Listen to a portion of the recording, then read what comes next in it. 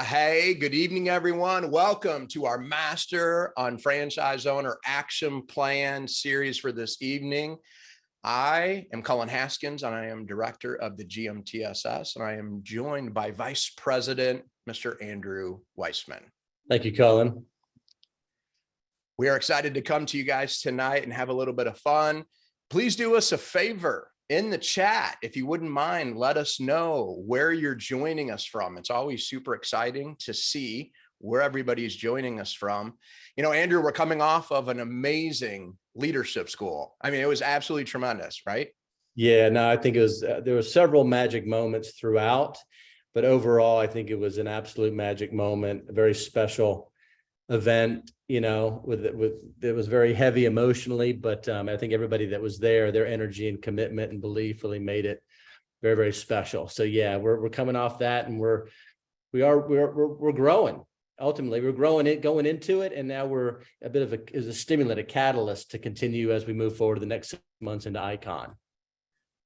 Absolutely. Absolutely. We got people all the way from Orlando, Florida to Canada, Michigan, Boston, Massachusetts, Pennsylvania. Thank you. Welcome. Welcome.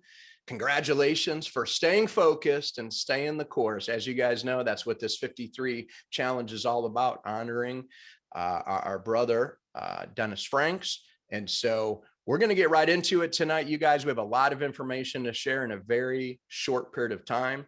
And so the first thing we want to do is acknowledge some of our top leaders. Now, this is our worldwide leaderboard, but as you can see, look at the activity, Andrew, that's been taking place over the past, what are we at now? Like 11 months on this leaderboard. And man, unfranchised owners moving and shaking, moving their way up the ranks and setting records, setting the pace.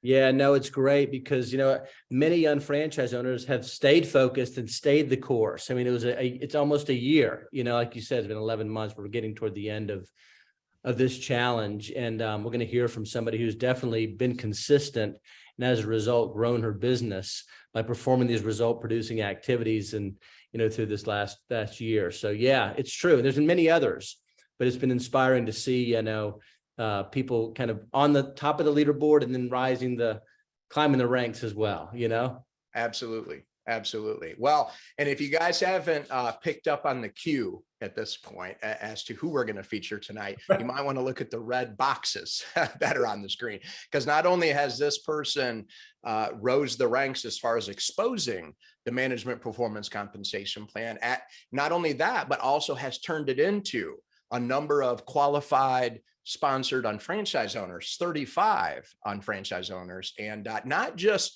showing it and then, you know, throwing people in, by the way, making sure that she's building a relationship with these individuals, which makes it even more impressive, because that's exactly how JR built it. That's exactly how we all should be building it. And so please give it up for Emily Pinedo. Hello. Thank you for having me. I'm very excited. Welcome. Absolutely, Emily. We're excited that you're on the line with us here tonight. I hit my challenge. Do you notice it says 35, 53? Oh, yes. So you figured you'd honor Dennis with 35 Yes, personally definitely. sponsored. Just flip the numbers and they're 53. Very clever. Yes. And impressive. That's it. Absolutely. And if you notice too, not only proficient at sharing the business, but also adding new customers too, by the way. You see here, I mean, this is worldwide. She's in 3 different categories on the worldwide leaderboard. So Emily, congratulations on that. So what you're saying is you set the goal and you're executing on hitting the goal, right? That's the bottom line. Definitely. I'm doing the result producing activities every single day to hit my goal. I start from the beginning of a challenge and I continue pushing through. Yes. I think one thing about Emily, I know we're going to jump into this, but just wanted to make mention of, you know, because Emily has practiced this and has been consistent with this.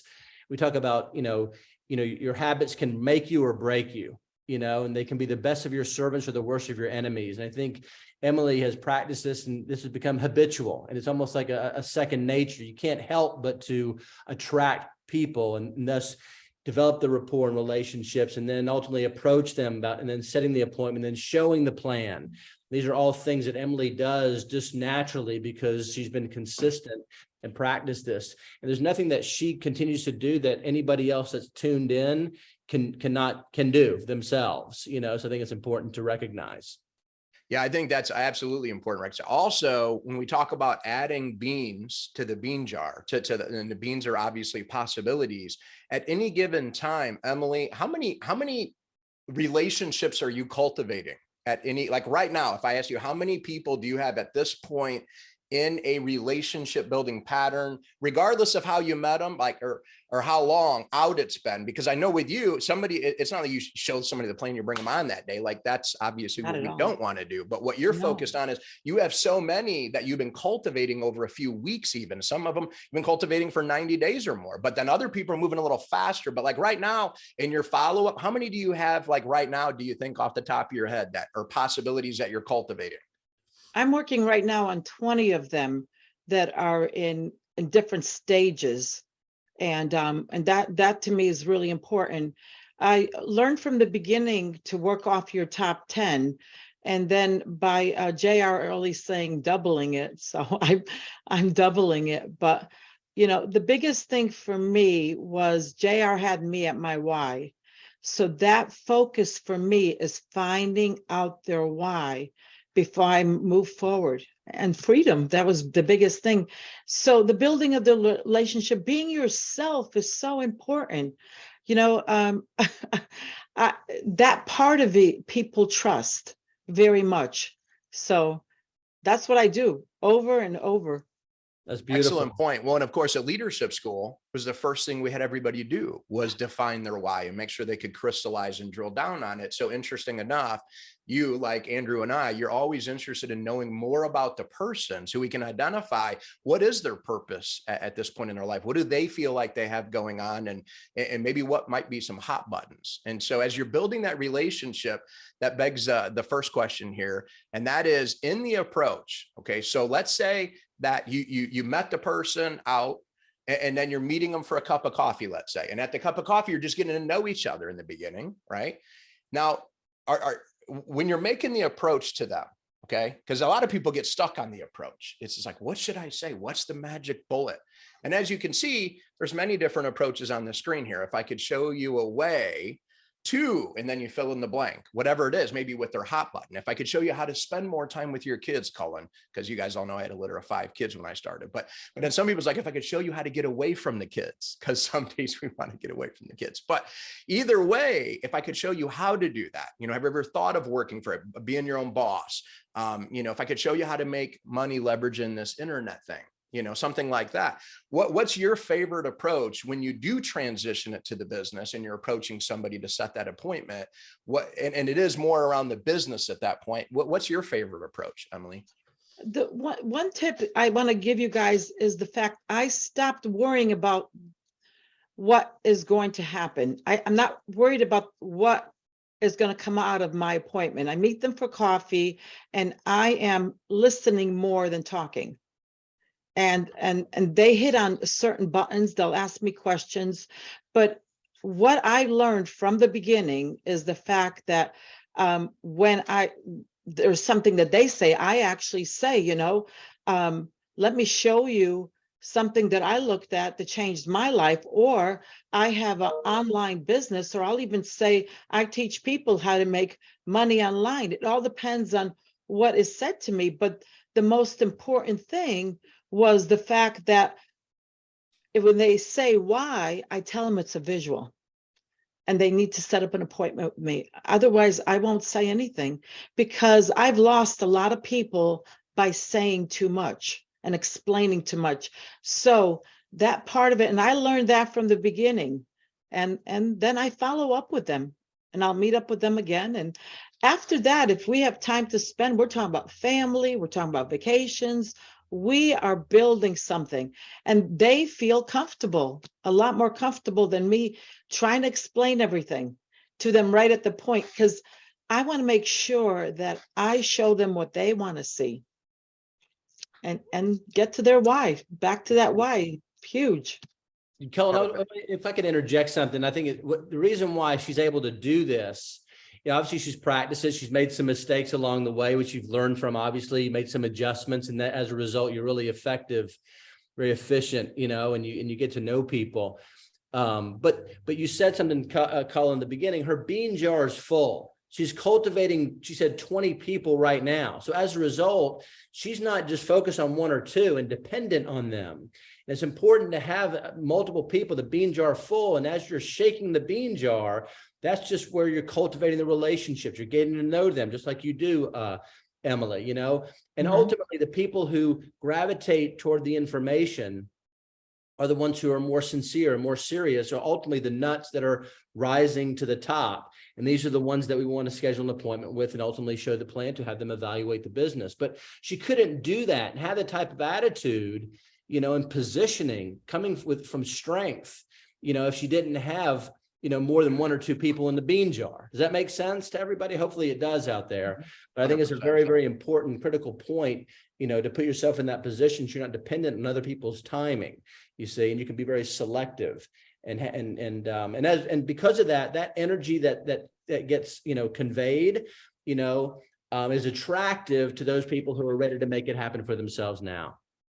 Yeah, truly authentic is what comes to mind, because Emily's not going in with the expectation of this is what I'm going to do with them. Like I'm going to get them in, or I'm going to make them a customer today. She's just going to go in and make a friend, and then build that trust, which is what we all know is what moves people forward. And people aren't going to buy products or come on as a business partner with somebody that they don't trust and believe in, to know that we're going to guide them down the right road. So I think that's fantastic. Some key points in setting appointments, of course, is when you're calling or texting, and Emily alluded to number one, it's less is more. You're just trying to get together. Don't get into too much information when you're calling somebody to set that appointment.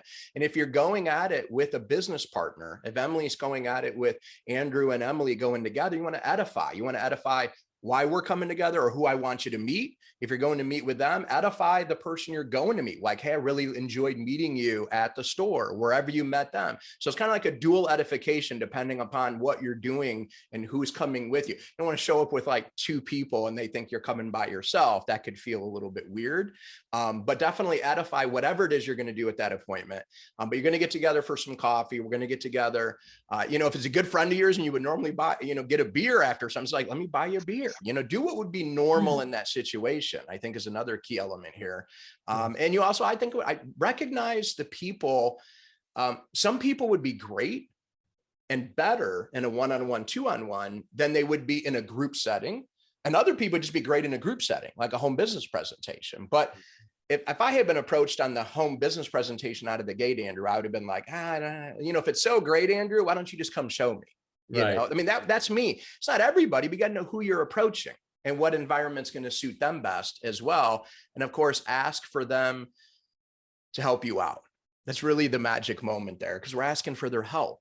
And then therefore, how can we help each other? I think that's one key element that Emily does really well. And what I'm hearing from Emily is that it's not about help. It's not like, hey, help me. It's like Emily's thinking, how can we help each other? But I got to get to know you better in order to know how we can help each other and how is this going to play out. So when you meet with them, Emily, and you get to that appointment, and now you're ready to, in the beginning, we know we're getting to know them, and we may not even whip out the flip chart on the first appointment if we only got 20, 30 minutes to be with them. But when you do start sharing more about the business, is there a preferred tool that you're using in the toolbox? It all depends on how they answer me. But one of the things is I like doing like part one. And sometimes my part ones are in two different sessions, because I want to engage in the conversation with them. And I like to start off with that back to the why, you guys. Once I've identified what their needs are, what they need help, and then when I show the plan, and I love going and spending time in our billion-dollar markets. And I want to have them identify what they relate to. Because if they relate to a product or service that we have, my chances are very good. And if it's health and nutrition, I will send them samples or invite them to a wellness event or a product overview, or what is happening in my area, or even online. Depends on what I've met them in. So that part of, for me, is because that's what sold me. A product got me.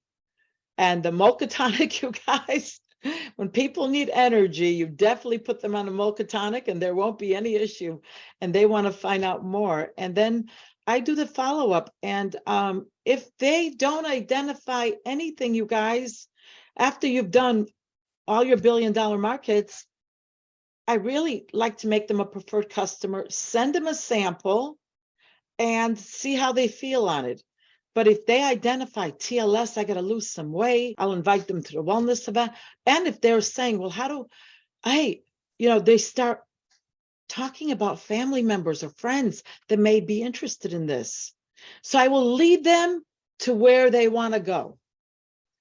That So- I am, and a follow-up, I am so strict on follow-up. That's like the key thing, you guys. Don't be worried. And a mentor of mine said, a no is only for today, you guys. It's only for today. People have lives. They're extremely very busy, and they just need to know that you care. Somebody followed up with me for 4 to 5 months. And then I said to myself, I better take a look, because she's not going to stop asking me. And so I did. And the Mulkatana got me, and then it was just that ticket. And I know I'm maybe hopping across, but that ticket was huge for me. The biggest thing, I literally, if I didn't have that ticket, I would have never understood what we own here.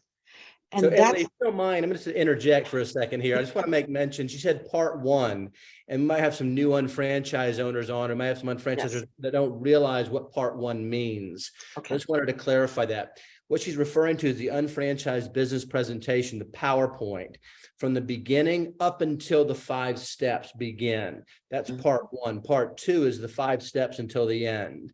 So, as you're developing a rapport and a relationship, getting to know them, you book a time to get together, going through part one. Emily, what you're saying is, as you go through the different billion-dollar markets we're able to capitalize on with our exclusive products, people are going to generally, express an interest in one or more of those areas or a few products. So all you're kind of doing is adjusting to their comfort level and kind of going toward where, they're leading you, and that's what makes everything very comfortable. And I think because we're positioned as a product brokerage company, we're so diversified, we can appeal to a broad consumer base. The opportunity is that much more powerful, so we don't need to force anything on anybody, and I think that's a great point. But I just wanted to clarify that part one.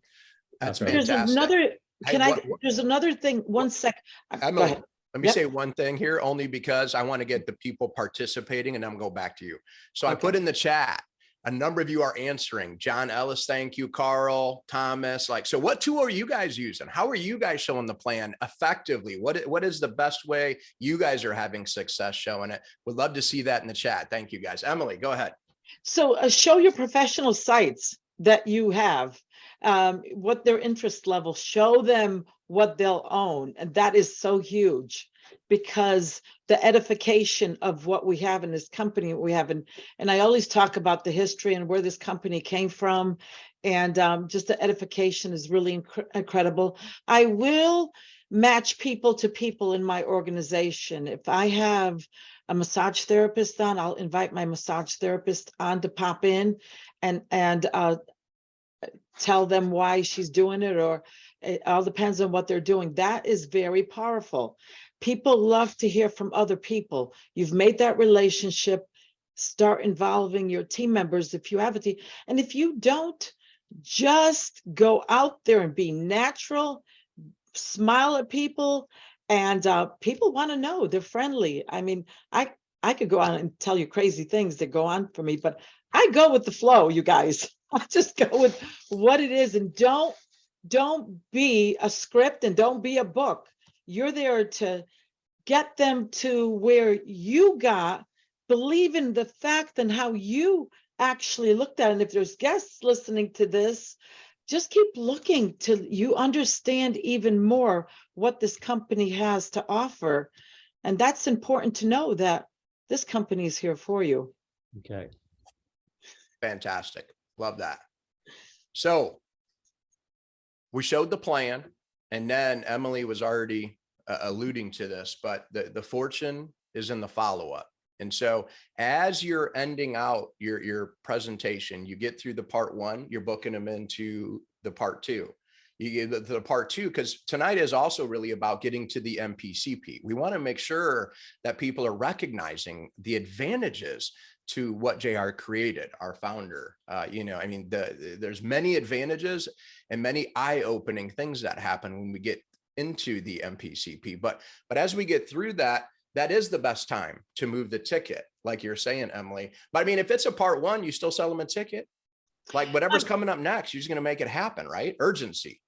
The ticket part comes after they've seen the whole plan, because we have education, and whatever education is next. And I refer it to the education of your business. If you want to develop your business, then you need a ticket, and a ticket changed my life.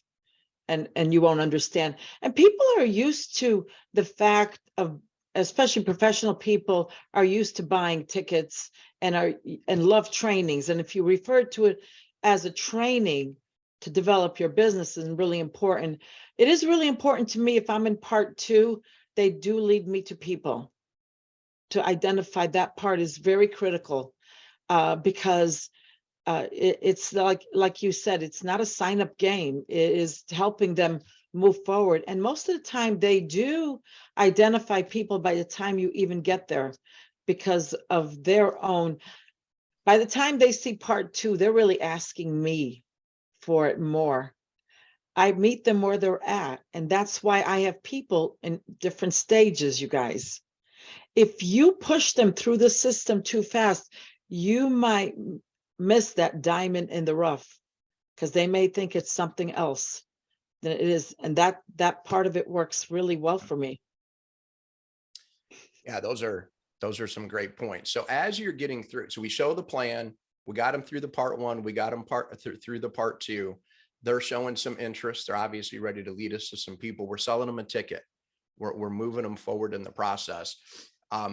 In some cases, I think the number one rule with all of this, and when you listen to the flow, you guys, of what Emily is sharing, and she's meeting people where they're at, she's mirroring, matching what they have going on, is if you're not moving people through the process, that's when you're going to contact your senior partner and say, hey, what Emily said was amazing, but I'm not getting past, step one, I'm not getting far enough. And I think that's probably due to the relationship that they've built with the person to that point.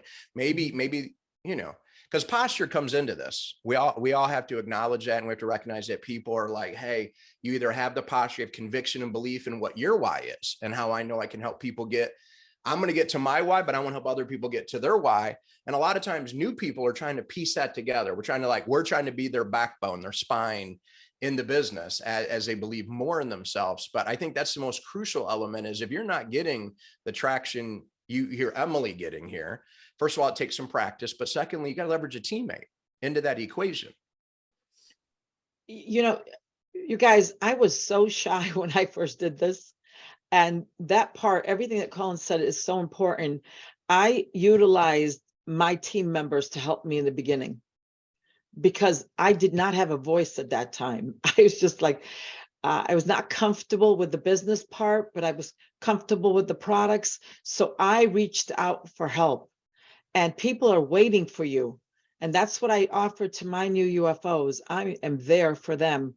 And that part, till you get that posture, when you've done it over and over, it is like they talking in themes. You already know what to say and not to say.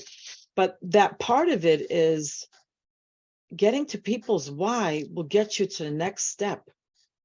And a lot of times to get to somebody's why, if you communicate your own purpose and the real reason why you're pursuing the development of your business, they'll start to think to themselves, it'll resonate with them. You know what I mean? Obviously, it's coming from a pure place. You're coming from a sincere place. So the fact that you communicate that is, I think, a very important, aspect of the conversation. When you're meeting somebody new. because they'll think about their own circumstances, their own situation, and then more than likely they'll identify with what you're doing and why you're doing it, and they'll be very open to receiving information, that you're going to provide, Mhm. so. We just got to be, JR said, I did so many meetings with JR, and you're right, Cullen, it's most effective if you could do a meeting with a partner, whether it be on Zoom or if you're in person, or scheduling a follow-up to meet a senior partner, on the phone or whatever, just because it indicates and demonstrates that you're not in it alone. You have a team effort, it's a community, and that's why the UBP in the local area. But the fortune is in the follow-up. If they deserve the follow-up, if they qualify, you know what I mean? We're not going to devalue ourselves, devalue the business by trying to get somebody or twist their arm. You see, we're very selective because we don't need that many people to get a really solid foundation built. You know what I mean? So I always really try to emphasize that. It's even at a UBP. I even say that to them, so it's important, you respect the business, you respect yourself. And there's a lot of value here, and our time is valuable and their time is valuable. So we're very selective in who we choose to partner with. Cullen. I think it's absolutely critical to do the appointments together, because if I'm talking, Andrew is probably picking up something that's happening that I may not be picking up on. I'm like focused on sharing some details about the business on those slides or whatever I'm sharing with the person, but he may notice something and then he can interject, and that's how you can work together on things. But it's also critical in the follow-up. So as we're moving people forward, I had a UFO who shared the business on Thursday, the week before leadership, pulled me on for the follow-up right at the end of the appointment. And in that follow-up, the prospect in 5 minutes did an excellent job of sharing very passionately the things that she's terrible at. And after that, instead of me just saying, well, don't worry about all that, just build an unfranchised. No, I was polite, and I said, can I share an observation that might, help you? And she said, absolutely. And I said, you've done a great job of selling me on things you're not good at. Tell me what you're awesome at. And guys, the person who shared the business with her they want to help them, but they weren't totally picking up, or maybe didn't have the posture in that moment. But yet I'm able to say that, and she was able to say, you know what? And she chuckled. She says, that's a great point. Maybe I'm too hard on myself. And I said, you're for sure too hard on yourself, because you have passion, conviction, and belief on the things you're not. I mean, we just got to flip that into the things you are amazing at. And guess what? She came to leadership school that next week, and money was a challenge, but she overcame it. She made it happen because we could shift her mindset on it. That's what we're looking as offering the opportunity, you guys. And a lot of times as a team, the point is in teamwork, we can recognize some things. And a lot of times like, man, it's an incredible team, but then you go do everything by yourself. And the person you're meeting with is like, where's this team you're talking about? Like, it's all you trying to convince me to do this thing again. And yet that's where, like Emily, you were saying, you're always leveraging, mix and matching people in that have like backgrounds or a similar story, right? Yeah, and if there's a UBP in my area, that is like the best. They meet other people who are doing it, all different walks of life. That is such a key. And then getting them to the next event, whatever the next event is, the trainings, the local trainings. But leadership school, I had a new UFO there that is already just on fire. I'm going to get 2 people. She's already setting appointments. There is nothing like getting people to a phenomenal education and seeing them blossom, and so excited because you've got to their why, and everyone's looking no matter what they say. It's just that for me is a magical thing. You know what I do, Cole, just really quickly here, I just have to say this, whether I am at a UBP or I'm doing a follow-up or a 2-on-1 with an unfranchised owner, I always tell the prospect that that somebody thought enough of them and respected them enough to have them evaluate the business. Because not everybody's right or ready. The timing might not be right, and they might not qualify. I just flat out just tell them that, because that is the truth. You know what I'm saying? And sometimes, especially for a new unfranchised, that might be kind of difficult to convey with conviction and strength, which is the reason why having a senior partner there with you, I think, is important. But I let them know straight up, you know, you're in a fortunate position, the fact that you've been exposed to this information, you know what I'm saying? And Yeah. I appreciate it. Even at the UBP, if those of you who see me at a UBP, I say you might want to even thank the person who brought you here this evening, you know, and a lot of times people just turn to them and they offer to thank you. But anyways, but it's an important point. Yep. I love it. I love it. And last but not least, you guys, this is our final slide of the evening. It's all about what is the next step. And for everyone who was at leadership school, I know you guys for sure have your tickets. If you don't have your ticket, you want to scan that QR code and you want to be locked in on coming to Icon 2023. I mean, if you really enjoyed what we did at leadership school, get ready, because we're going to always continue to amp it up, you guys, and make it absolutely amazing. But Emily, as it pertains to going to the next event, you know, many on the line here are new unfranchised owners. And I know you as a leader coming home, you're always identifying how many on my left, how many on my right have their tickets. Do they have one? Do they have three? Do they have five? What do they have? And as they have the tickets, if you're somebody who's invested in three, then Emily knows I need to go work with them. I need to go help them sell those tickets. How important is it to make sure we're identifying our partners on how many tickets they have and working with them to help move through their tickets? It's very, very critical and very important also. And you're actually working with the people who want to work while others may not be ready yet. And that part of helping them set appointments, meeting people with them, going through the process. And what if I didn't buy my ticket? If I didn't buy my ticket, it said no. So that part of it is so critically important. So because we have online business, we need to be together. We need to all be together and see the next training that's happening. So critical. And that tells me that individual is serious. They want my help and they're going to get 100% of my time.